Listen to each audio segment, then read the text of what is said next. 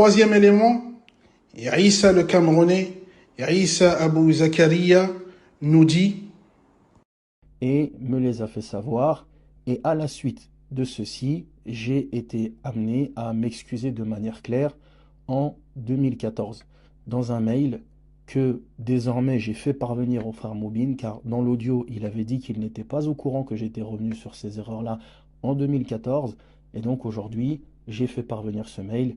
Bien sûr, ces erreurs-là qu'ils ont été amenés à me reprocher, c'était les erreurs concernant le fait que j'avais dit « ne me dites pas ça à moi » par rapport à un conflit avec un frère et le fait que j'avais demandé qu'on ne s'approche plus de ma famille.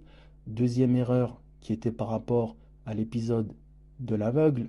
Troisième erreur qui était liée à l'épisode du veau d'or, etc. Et quatrième erreur concernant la jalousie d'une femme. J'étais revenu sur ceci et ceci est daté dans un mail qui date de 2014. Donc, voilà. Je remercie Moubine de m'avoir tendu cette perche-là en expliquant bien, je le recite encore.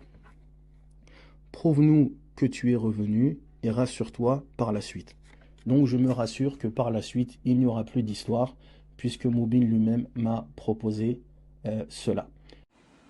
Quant au soi-disant mail, j'y ai répondu précédemment, et quant aux erreurs qu'il cite, elles sont pour le moins très ambiguës pour les gens.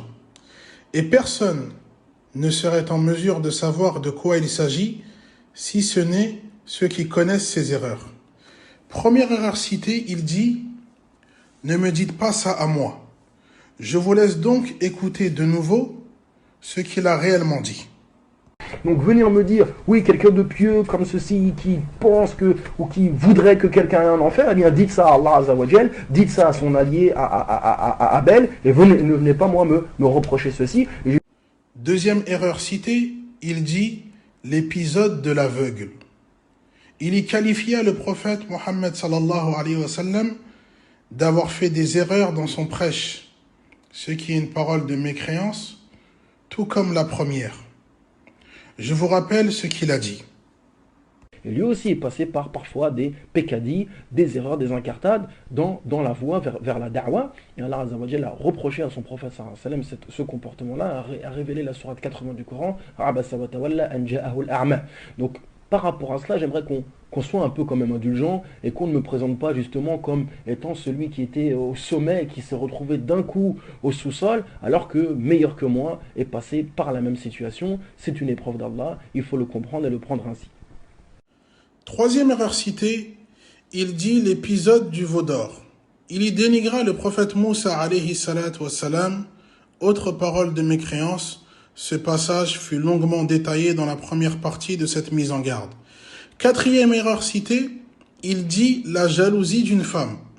Il y dénigra la mère des croyants, Aïcha radiyallahu anha, et menta par la même occasion sur le prophète Mohammed sallallahu alayhi wa sallam, en déclarant notamment qu'il avait cassé un plat appartenant à Aïcha.